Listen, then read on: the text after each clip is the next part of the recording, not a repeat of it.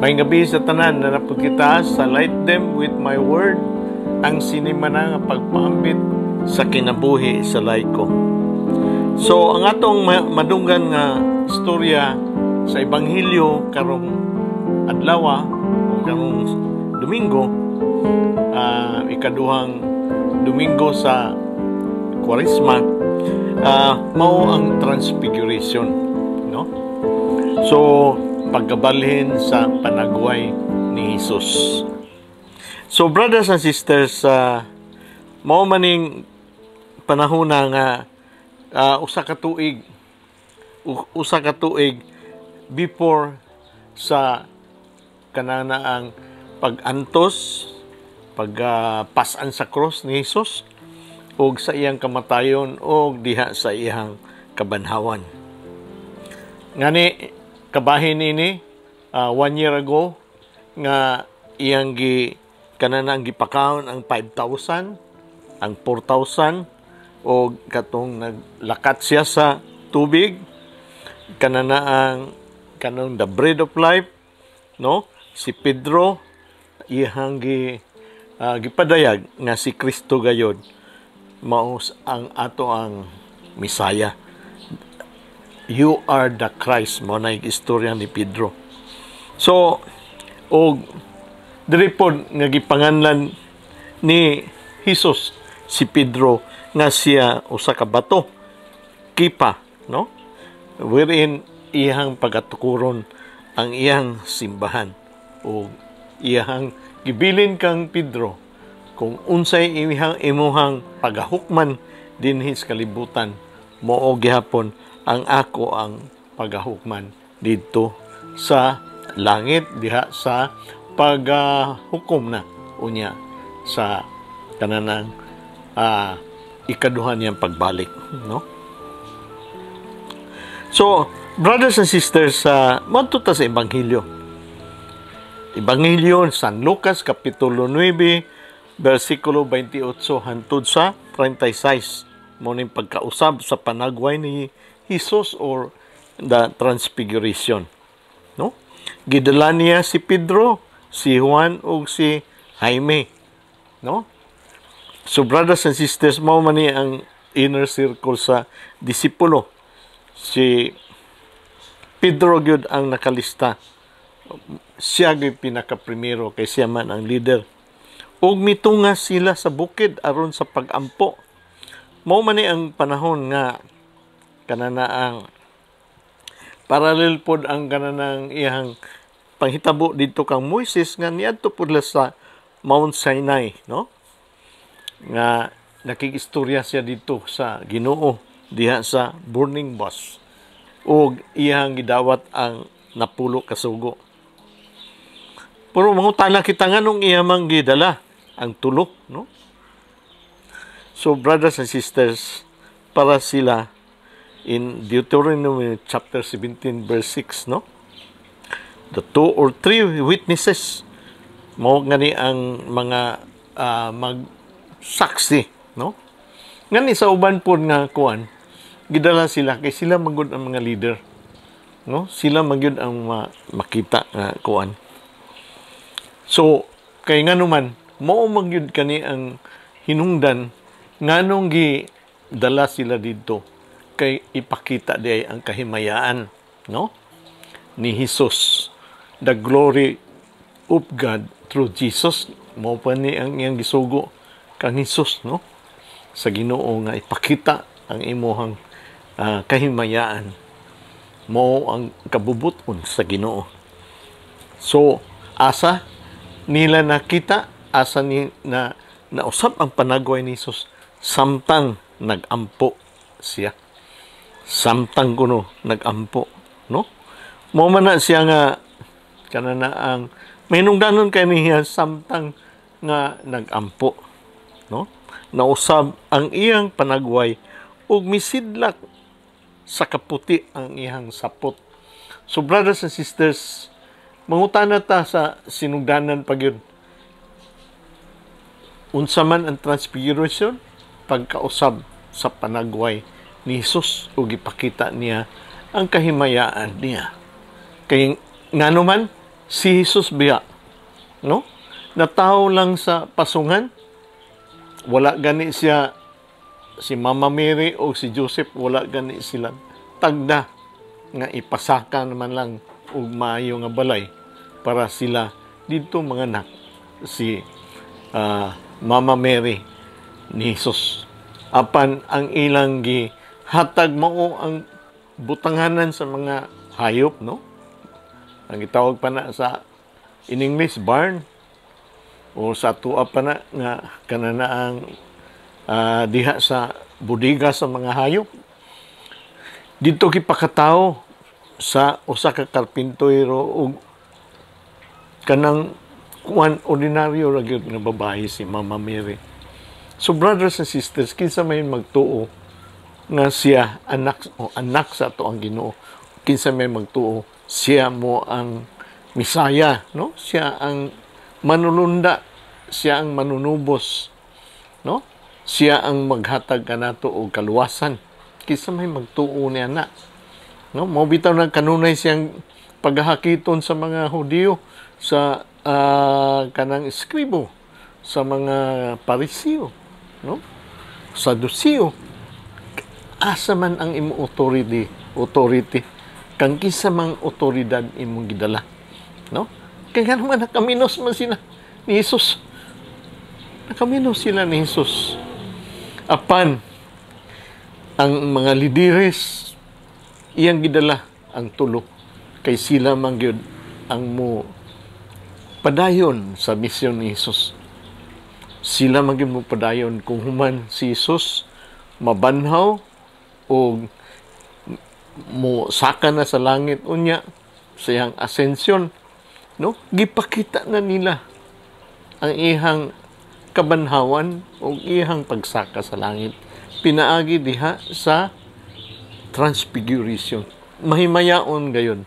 So gipakita gyud nga siya gyud ay ang Ginoo. So brothers and sisters, kaninay kalabutan po sa ato.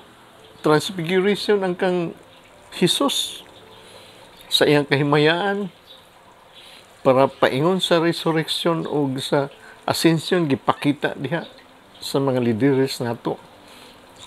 Ang future nga Santo Papa si San Pedro hantod karon daghan na ang nagsaksid niya, no? Hantod ni Pope Francis. So atong iyampo kanunay si Pope Francis nga mubalik ang ihang maayong panglawas, no? Kay nagdaot yun siya. So brothers and sisters, sa ato pod transformation, no? Pinaagi sa pag-ampo matransform yun ta, no? Transfiguration sa atong Ginoo, kita pod transformation sa ato, no? So brothers and sisters, ipadayon nato, no? Ang ebanghelyo sa versikulo 30, may duha ka lalaki nga nakigistorya niya, no? Sa ilang himaya si Moises ug si Elias, nagistoryahanay sila.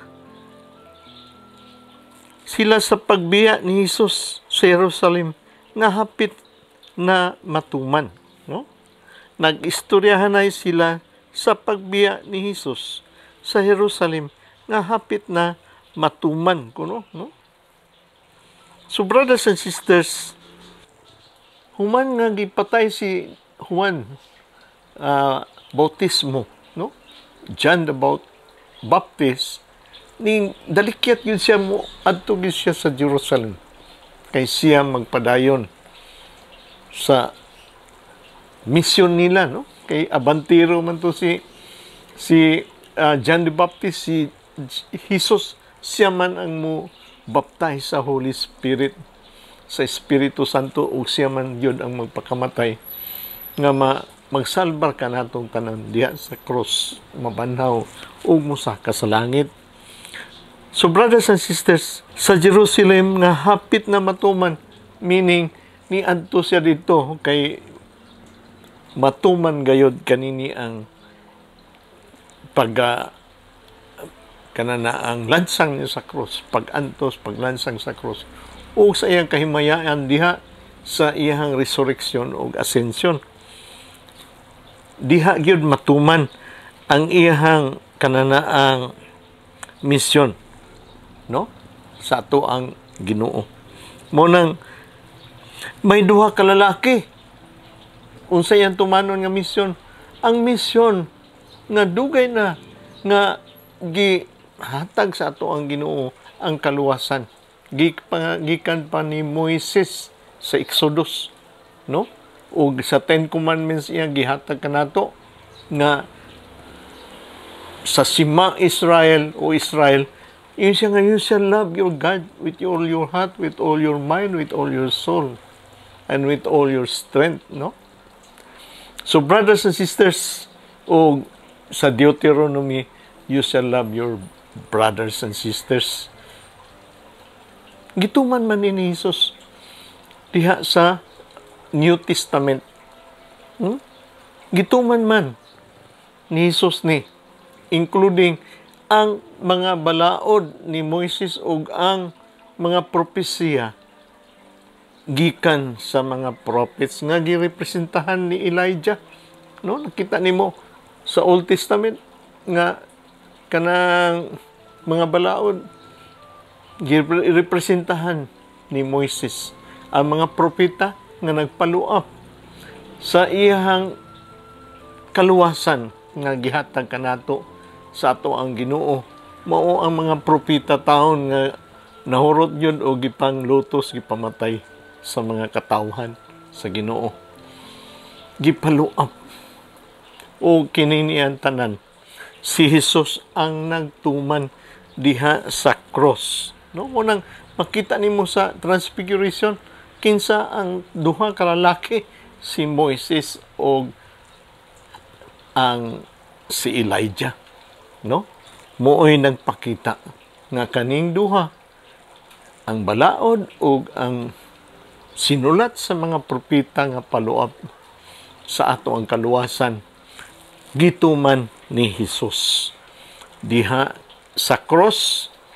Pinaagi sa Transfiguration, gipakita sa mga lideres nato, si San Pedro, si Jaime, o si Juan, nga kani mao ang mahitabo diha sa paglutos niya sa resurrection o sa ascension unya, no? Pinaagi sa Transfiguration, gipakita sa ato ang Ginoo nga kita pod hatagan kita niya sa kahimayaan diha sa plano sa Ginoo sa kaluwasan diha kang Kristo, no? Gipakita niya sa ato ang lideres. Unsay nitabo sa atong lideres? Nakatulog. May gani nakaalinggat. Nakita na niya si Moises o si Elijah. Gitunga-tungaan si Jesus. Apan unsay yung istorya niya? Magbuhat kita og payag-payag para sa inyo. Unsay buto sabot ni. Wala gyud makuha, wala masabti ni Pedro. Kay ngano man nagduka man. May gani kay nakamata siya. No? Wala siya kasabot. Sa verse 35, unya nabati nila gikan sa panganod, no? Kay ngano man gipandungan man sa panganod di ay. Gipandungan di sa panganod ang tulo, no? Meaning gipandungan sila kay kani buhat sa ato ang Ginoo. Gipandungan siya sa panganod o namulong ang atong Ginoo. Ang ako ning anak, ang akong pinili, pamatia siya. So brothers and sisters, kanus aman nag-istorya ang Ginoo. Bag-o pa biya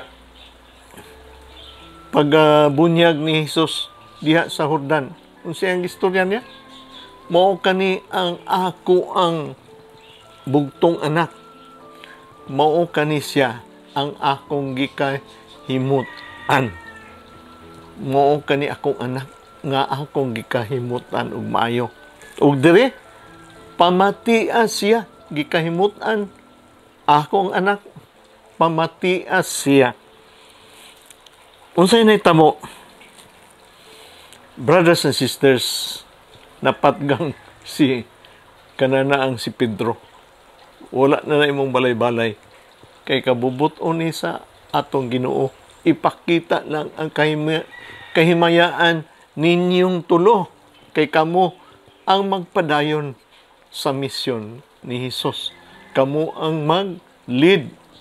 No? Kamo ang dumala nining tanan. So, sa versikulo 36, sa paghunong sa tingog, nag-inusara na si Jesus adtong panahon na. Giluom ni sa mga tinun-an ug wala mosulti ni bisag kinsa sa ilang nakita. So ngano man, brothers and sisters, no?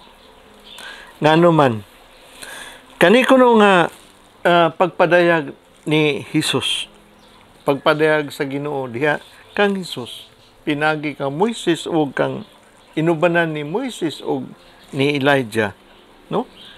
Brothers and sisters, kani usab nagpakita o nagpadayag kanato sa pagkaginoo ni Jesus. Iyon siya nga, ayaw sa kani panugilon, no, sa uban. Munang naglugsong sila, nagbalik sila sa Jerusalem, gikan sa bukid, gikan sa bungtod. Sila ni Jesus, human sa Transfiguration, walay tingog, no? Wala sila mo tingog.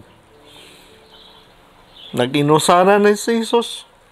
Atong panahon na, giluom ni sa mga tinun-an ug wala musulti ni bisan kinsa sa ilang nakita. Kay ngano man, dili pa panahon nga ipakita kaning gipadayag nga si Jesus Ginoo gayud, no? O gipadayag sa kahimayaan nga na-recognize diha nga si Jesus siya gyud ang mangluluwas, no? Mo ning gipakita sa Transfiguration kung ato ning pagatun-an karon, no? O si Jesus gusto niya ipadayag ang iyang kahimayaan diri kanato. Kay kita po mismo later on sa ato ang transformation, pinaagi sa ato ang makanunayon nga pag-ampo, makanunayon nga relasyon diha sa ato ang Ginoo, makanunayon nga kita nagsimba, nagpadayon diha sa ato ang community nga pinaagi sa Santos nga Eucharistia.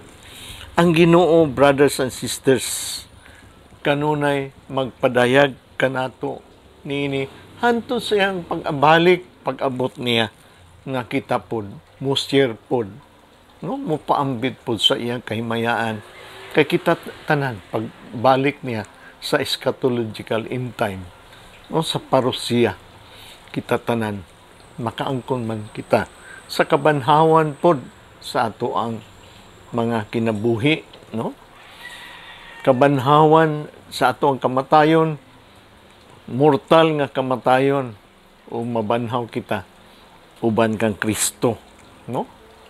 Uban kaniya sa ikaduha nga iyang pagbalik, no?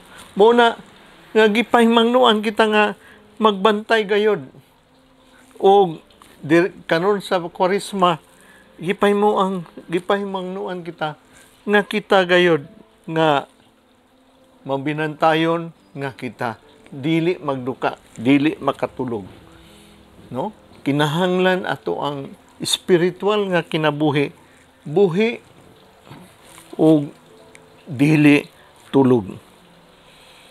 Otherwise, ma-miss out nato, no? Otherwise, dili nato masaksihan ang Ginoo nga siya di ay magpadayag kanato adlaw-adlaw sa ato ang kinabuhi, no? Siya di ay mag-istorya kanato sa iyang buses, no? Nagtawag kanato, paminawa si Jesus kanunay. Paminawa ang ato ang kaparian, paminawa, kay sila mga representative sila sa ato ang kananaang representative sila sa ato ang pagpadayon nining kinabuhia, no? Siya, brothers and sisters, kita pod usab paminaw o pagsangyaw nini sa mga katong nagkinahanglan, labi na tong kabus spiritually nga sila wala makadungog, wala pun makapaminaw, sila nangatulog, nagduka o nagpatulog-tulog, no? Lisod na ba kayo nagining nagpatulog-tulog nga tulog nga mata, lisod kay pukawon. So brothers and sisters, pagaampuan kanunayan nato ato ang transformation, kay kini magpadayon kini hantod ang Ginoo mo abot sa iyang pagbalik. Kinahanglan kita mo padayon sa ato ang pagtuo nga kita mo kananaang mutubo diha, no? Pinaagi sa gahom sa Espiritu Santo nga kanunay nagatabang kanato sa ato ang relasyon sa ato ang Ginoo. Balaho tayon gayod, ginahanan mata kita, stay awake sa atong spirituality hantod ang Ginoo moabot. Otherwise, we will be missed out. Otherwise, kita, brothers and sisters, dili nato maangkon ang kinabuhing dayon. Salamat kayo og maayong gabi sa tanan. Light them with my word. Ang sinimana nga pagpaambit sa kinabuhi sa laiko hangtod sa sunod nga ato ang pagbalik, ang pagpaminaw, kananaang pagsalmot nining ato ang kalihukan. Light them with my word. In the name of the Father, the Son, and of the Holy Spirit. Amen.